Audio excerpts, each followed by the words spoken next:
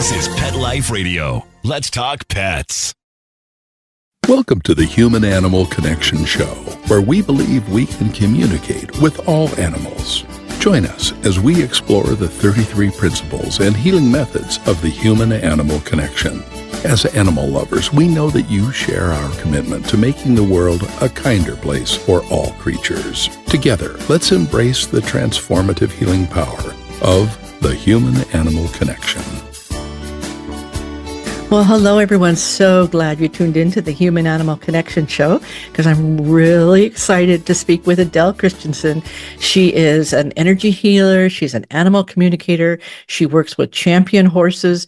And I'm so excited because we're really going to delve into what the horses have to say about all that's going on in their lives and how we can work as partners. And in our next show we do together, we're actually going to work with a trainer that Adele works with and a competitor who does high-level world-class competitive horse jumping and all this good stuff. And we will learn how they work together with the horse to find out what the horse's opinion is. And that's, of course, very important to us in the human-animal connection, that we consider the horse's opinion and all animals' opinions whenever possible, whenever we're doing things that affect their lives. So, Adele, thank you for being here and welcome to the show. Well, thank you so much, Jeannie, for inviting me. I'm happy to be here. Great. So first, let's start out with, how do you connect with horses? So there are some people that are completely on board with that, and they talk to their horses and they hear their horses, and other people is like, what? What do you mean you can talk to horses? So how would you kind of explain your process? I think everybody has this capacity, and it's a question of flexing the muscle, so to speak. My body and my sensitivities are exquisite diagnostic sensing devices. And basically, I do the same thing in telepathic communication that I do as a medium. I open my central nervous system to signal. And telepathy is about signal. So we listen to the radio, we trust electricity. There's a lot of signal that humans take for granted in our lives. Mm-hmm. And the fact is, we don't need machines to convey it for us. We can do it ourselves. And this is how the ancient humans did it. So for you, signal is kind of like the information transfer wave or something. This is like you're tuning into it, or have I not said that correctly? You're on it. So as a remote viewer, when I was studying with the heads of the Stanford Research Institute, we open our right brain, right? The right mm-hmm. hemisphere is a receptor brain, mm-hmm. and we relax our awareness. As a healer, we might call this feeling out to higher levels of the field, the energy field. And then I just start to notice what arrives. Now, if I have a client, I would use that horse as a target, and I would set my intention to connect. But when I'm working with horses and other animals, I'm going to expand my heart field. Many mm-hmm. people don't know that your heart has more neurons in it than has your brain. And that's why if we want to know something, we know it by heart.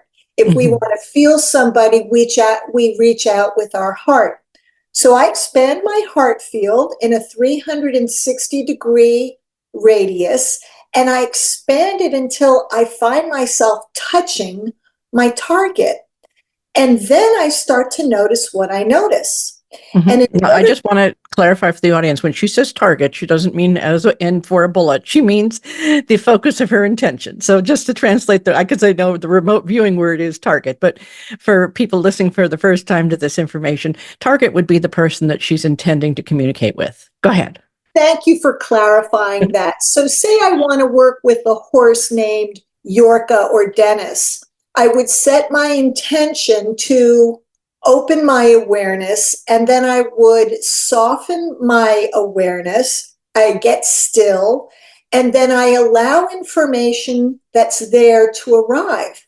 Mm-hmm. Now, we can feel the information arrive through our senses, and this happens energetically, and it arrives through vortices known as chakras, through mm-hmm. which we metabolize energy, so that if I'm grounded in my root chakra, I might sense kinesthetically what's happening to Dennis, and I will feel it in my body. Mm-hmm. I'll feel it physically. Mm-hmm. If I'm sensing through my third chakra, I will get an intuitive hit. Okay. If I go to a part of his body and I suddenly realize his stomach is angry or frustrated, I realize I'm sensing the emotions through my second chakra. Mm-hmm. If I'm sensing in and I get a movie, he sends me pictures. Mm-hmm. That's working with my sixth chakra, which is my clairvoyance. Okay. If I get a direct thought that I know was not mine, Mm-hmm. I know that I'm open at my crown and I'm sensing through the seventh chakra. So we're kind of pinging the keys here like a piano, double checking one data hit against another with one chakra and another to see, does what I feel mesh with what I observe, and does that fit with what I'm knowing? And I check all of that, and then these come in as fractal pieces of information, which then my client helps me put together. Okay, good. So I know some of our listeners have asked, they want to learn animal communication and they're not sure how to tell the difference between, let's say, a feeling in your stomach. Like, how can you tell the difference? How do you know that it's Dennis the horse who's having anger or frustration in his stomach versus you being hungry? How can you feel the difference? This is a great question. And it's one question that, as we're learning, is the big question.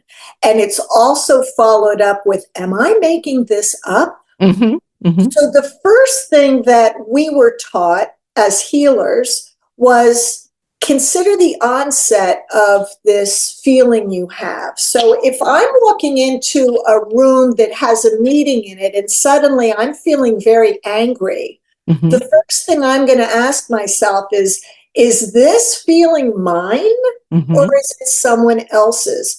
Because you may be aware that the chakras work to create an energetic bubble around us, or an energy field. It's known as the aura. Each person has one. Each group has one. Each flock of birds has one. Each herd of horses has one. And Lynn McTaggart writes about this in The Field. So when we come up with an emotion and we're wondering if it's ours, the first question we want to ask is this mine? Or does this belong to the field?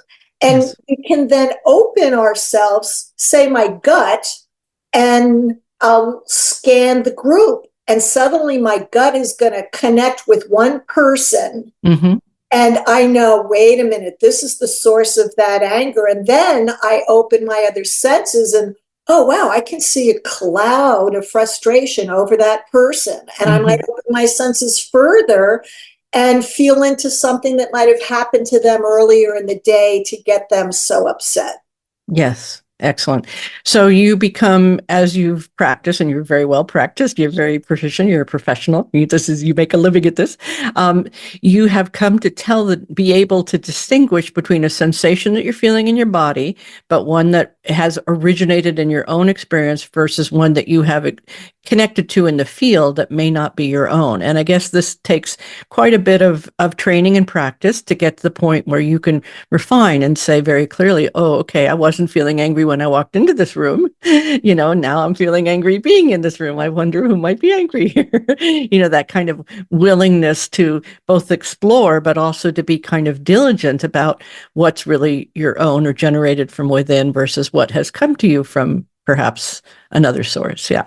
Great. Well, that's wonderful information. So let's talk a little bit, because I know you work with trainers. These are people who are winning championships worldwide, and they hire you to find out what's going on with their horses, even though they have quite a bit of understanding about their horses on a certain level, but there's sometimes a situation that they need help with. And can you give us maybe a story of how a trainer might have asked you a question and how you work with them to help understand what was going on with the horse? Sure. We have lots of examples of that. So in terms of working with clients, as a medium and a conduit, a telepathic conduit, my goal is to stay in the flow. My goal is to establish connection, and it's really a three-way or multiple-way connection. I'm connecting the individual with the horse and sometimes with other horses, because as with people, sometimes issues can be subconscious and the horse might not be able to express it consciously. But boy, the horse's friends know exactly what's going down, and they can say exactly what's happening. So when I'm working with, say, an idiomatic issue, And what does idiomatic mean? so a lot of times people will come to me when they don't know who else to go to. Uh-huh. And they'll say, well, the vet doesn't understand this, and I have a behavioral issue, and I want to get to the bottom of it. And I do have a great example. I was working once with an eventer. So this would be a horse who's running field events, which include high speed as well as jumping. And the rider was feeling as if something was wrong. His horse didn't love what they were doing. And he was afraid that the horse was developing a behavioral issue. And he wanted to get down to the bottom of it. And I started to, as I said, kinesthetically sense in. So that's like opening my body to feel, what is this horse feeling in his body? This was a gelding. And immediately I could feel a momentary fugue state where suddenly he's not sure where he is and how he got there. Yeah. And that he's working very, very hard to keep his rider safe.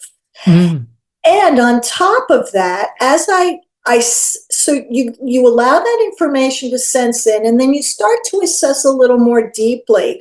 Okay, are you feeling a discomfort in your body? And actually, I got literally a jarring sensation in my head. And I slowed myself down further to explore, did you get hurt? And he showed me an image of him in a paddock, and he actually had sustained a blunt trauma blow to the head. As I deepen, so he shows me this image. So I'm seeing the movie from his point of view, and he's hitting his head. I'm feeling the impact below the left eye socket. So I'm feeling like there may be minor fractures along that zygoma. Wow. And then I go into the cranium, and I'm feeling an elasticized movement of the brainstem as it is pulled and stretched forward and then pulled and released backward. Now, as an EMT, I associate this with a coup contra coup blow to the head. And this is what the horse is showing me. Is that kind of like whiplash? It is whiplash. So if you are rear-ended in a car so you get hit behind, your body, the force of the impact is going to throw your body forward, and then it's going to pull your body back, which is why people in a motor vehicle accident, right, MVA, also can sustain internal head injuries that might belie what we observe as bruising from the seat belts. And so what happens is the front of the brain hits the skull and the frontal cortex gets injured, but also the brain stem gets a little stretched. And in my experience with this horse, he's showing me that's what happened. And consequently, he's feeling very unsteady on his feet. So I relay this to his rider, but now as a telepathic animal communicator, I am the first to tell my clients, I'm not licensed to diagnose. Right. I must stay within the scope of my own practice. Ergo, present this information to the other members of your veterinarian team as a high index of suspicion. In fact, he took the horse to get an MRI, and that's exactly what they found. So he didn't know that this horse had this head injury. He was unaware of it until you brought it up. Well, he thought it might have been a possibility. Okay. And this is really important because working with trainers is a contact sport. It's a team sport. Mm-hmm. And a lot of times people will come to me and they don't know, but when I mention an event and did he ever hurt his head? Oh yeah, he was out in the paddock and he was romping around and yeah, I think he did. He might have. We wondered about it. One day we came in and he seemed different. So in a good partnership, I will stay in the right brain, and the person I'm reading for is going to be the frontal cortex. They're going to make sense of it because I don't want to pop out of signal. Exactly. Right. So you're staying in the state of really being connected with this horse and offering up that information, and they can go, oh yeah, we were wondering about that. And then they can get the verification through medical testing and so on. So what happened, we're going to take a short little break, but when we come back, I want you to tell me what happened as a result of this reading. Okay. We'll be right back in just a moment. Don't go anywhere. Hey friends, if you like what you're hearing and want to learn more, check out Dr. Joseph's book, The Human Animal Connection, Deepening Relationships with Animals and Ourselves. Or visit the website, thehumananimalconnection.org, to book an online consultation. Thank you for loving animals. Now back to the show. Let's Talk Pets on PetLifeRadio.com.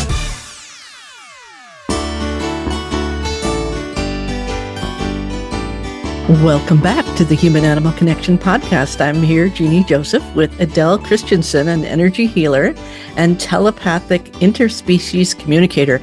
And we're hearing this wonderful story about a trainer who was concerned that his horse was having a behavioral issue that was going to create problems in continuing to compete and in continuing to have good riding experiences. Adele connected with this horse. The horse told her about an injury, which he later confirmed with MRIs of the horse. So what happened? How did that, like he wasn't worried, oh, I got to get rid of this horse because he's not jumping anymore. What happened between them after you explained this? Well, the trainer was able to advance care and apply the better care. So he put his horse on rest, but most importantly, recognized that this was not a behavioral issue or shirking duty or a lapse in work ethic, that it was in fact, and I could feel how hard this horse was struggling to keep his rider safe. And that's something I have noticed about the nature of horses, that they are very, very concerned with their own safety and the safety of their riders and their herd. Yeah, well, this is so important because I know there are a lot of situations where horses get sold off or, put out to pasture or something because there's a so-called behavior issue when it really is pain. And it is something that the vet hasn't noticed because the horse is not necessarily obviously showing it. I mean, you have to be really paying attention to notice that there is some kind of a change, but that it might not be a behavioral issue. It might be physical. So that's really wonderful that you're able to help people do that. I want to talk a little bit about how you have come to understand the true nature of horses from the work that you've been doing communicating with so many horses over the years. Horses are exceptionally telepathic because they are herd animals and prey animals.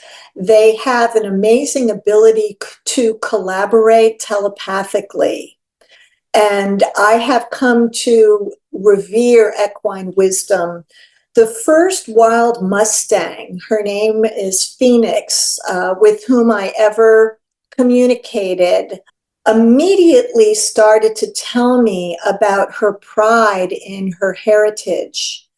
And she said, she showed me the plains out west, and she showed me herself galloping in a herd of 40 horses. They were being hunted by helicopter by people who wanted to kill them and use them for dog food.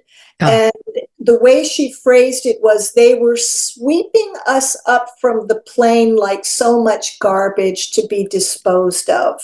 Mm. And she said, and she was actually rescued by my client from a kill sanctuary. And she's living a wonderful life now, but she wanted me to understand the importance of wild horses to the world. Yes. She said, our hoofbeats caress the earth, and we hear her, and we contribute our hoofbeat to her own drum roll. Mm. We carry an ancient wisdom that's wild. And her view was that the use of purebred horses was actually breeding, man is breeding the wildness out of nature. Yes. And she feels that it's very important for us to be able to not go deaf to the wild tones of nature, which she represents. Wow. Yeah, that's just absolutely beautiful. I mean, the wild horses are really carrying the spirit of the nation, the country, and we are not doing good by them. So we definitely have to do better. We definitely have to do better. And have you seen, like in your work with healing or communication, that one horse, oh, you mentioned that a little bit earlier, that sometimes one horse will not know what's bothering them, but their friend in the herd will explain. Can you tell us a story about that, where one horse helped you understand what was going on? I have lots of stories. So horses not only collaborate with one another, but they collaborate with their people, and they are excellent business partners as well.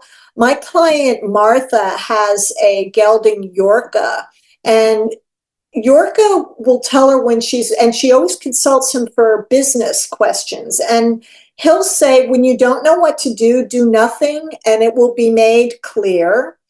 Great. He also has a really good understanding of the interrelational dynamics among people. And at one point, she was balancing the horses she was working with the clients. And he recognized that one client needed to be led by her more. He encouraged her to take a leadership role with this client. And he encouraged her to also make different, very specific decisions in her business. At one point, he told us, this farrier is no good, and the next one you're going to be working with will be coming from the West. And he actually foresaw this farrier, who did come from the West, who is now working with her. Another horse in this cohort, Kilimanjaro, was weighing the business of her business and decided that he should volunteer to work with a specific client whose needs best met his abilities. So he was graduating from being a top competitor into an older horse, and he recognized that as his abilities were starting to decline, his performance level, that he would actually be better suited for her to pair with a rider who was suited to his capacity. So the horses are able to act as agents of the business. They're able to identify where they are best needed from a business perspective. Yes, that's wonderful. I know you told me one story about a client was asking you about a vet, and you talked to 3 horses and got 3 opinions. Can you tell that story? Well, actually, that was about a trainer. And a trainer. I was very apprehensive because this is affecting somebody's livelihood. And I want to not be judgmental. I want to be clear that I am just in the flow of what they are saying. But what was very interesting is all 3 horses agreed on how this trainer came across. And the trainer had a very authoritative, hardline demeanor. One horse called the trainer a Prussian.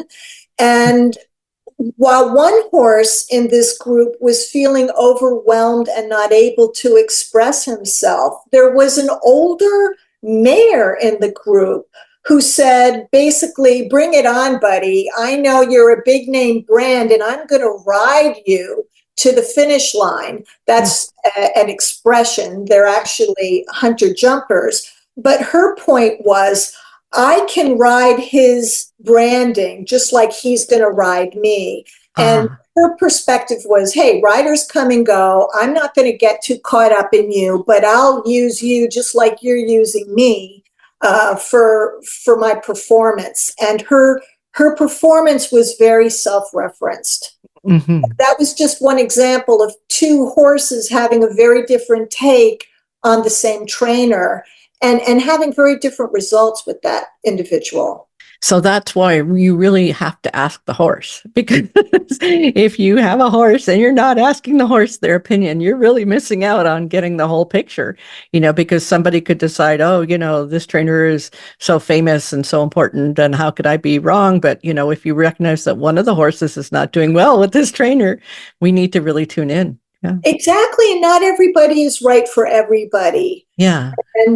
But also, I find the best trainers are the ones who are very curious about what their horses want and what they want to say. And they have cultivated their intuition and their deep contact. Mm-hmm. And I can sense these people a mile off. They just inherently want the best for their horse and no questions asked. And they have and maintain a yes connection.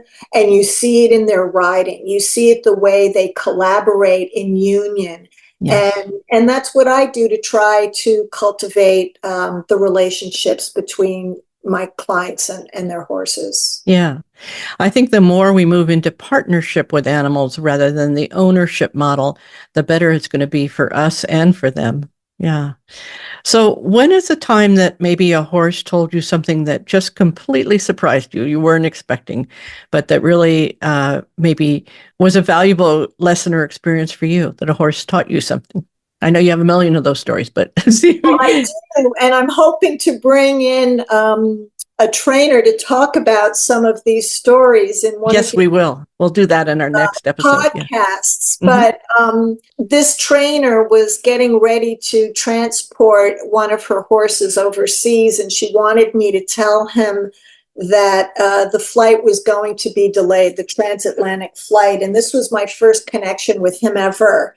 And the first thing out of his mouth was, well, I expected better from Lufthansa. And I just dropped my jaw. Uh-huh. I got back to her and I said, is the carrier Lufthansa? She said, yes, the carrier Lufthansa. So here I am talking to like some fat cat in the airport lounge who has his opinions about the carrier, has his opinions about delay, and was a little frustrated by it. That blew my mind, actually. That's mind-blowing. And here's the thing. That was not my thought. Yes, exactly. Yeah, that's wild. That's absolutely wild. Well, that's wonderful. So what is up next for you? You've had such a wonderful career, but I know you have some directions. You're in training to become an animal chaplain. And what would you hope to do with that with horses? Well, ideally, I would like to work in-house for an event, say the Hamptons Classic or even the World Equestrian Center in Ocala, as an in-house chaplain to help sanctify the events, to help make meaning in what happens, to help everyone up well their best performance, and to open a full circuit of appreciation and performance. That's beautiful. Well, have you ever had a horse tell you, no, I don't want to compete, or, do something that was maybe different from what the owner had in mind for the horse? Have you ever had a situation like that? Absolutely.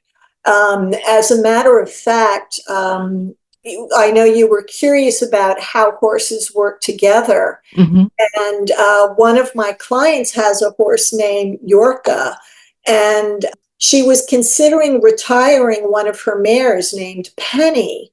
And Yorka stepped into the communication and let us know, one, that Penny would be fine retiring. Secondly, he knew where Martha was considering sending Penny. He sent me an image of this place, and he had already telepathically connected with other retired horses there and was able to assure us that all her needs would be met by the woman running the sanctuary, and that Martha should drive Penny to the sanctuary herself. And Martha said this was a huge revelation to her, because it enabled her and her clients to have a very meaningful farewell and to really personally bring Penny into her new home. Beautiful and story. that was all Yorka's recommendation. Wow. So one horse looking out for another horse and being able to see what is best past what we humans with all our ideas might have been thinking. So it's just an inspiring and beautiful story. Well, Adele, I want to thank you so much for being with us. I know we're going to have you on again, because we're going to have you and the trainer you've worked with so she can corroborate some of these stories of how communication has really transformed relationships between her and the horses that she works with. So how can people get a hold of you if they'd like to connect with you? Well, you can email me at adelekristi@gmail.com.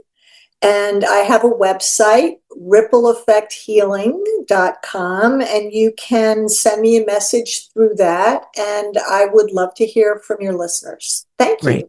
Thank you. Thank you for being with us, and we'll see you again very soon. So thank you for being tuned in to our Human Animal Connection podcast. We hope to see you very soon, or hear us very soon in the next episode. And we'll say aloha for now.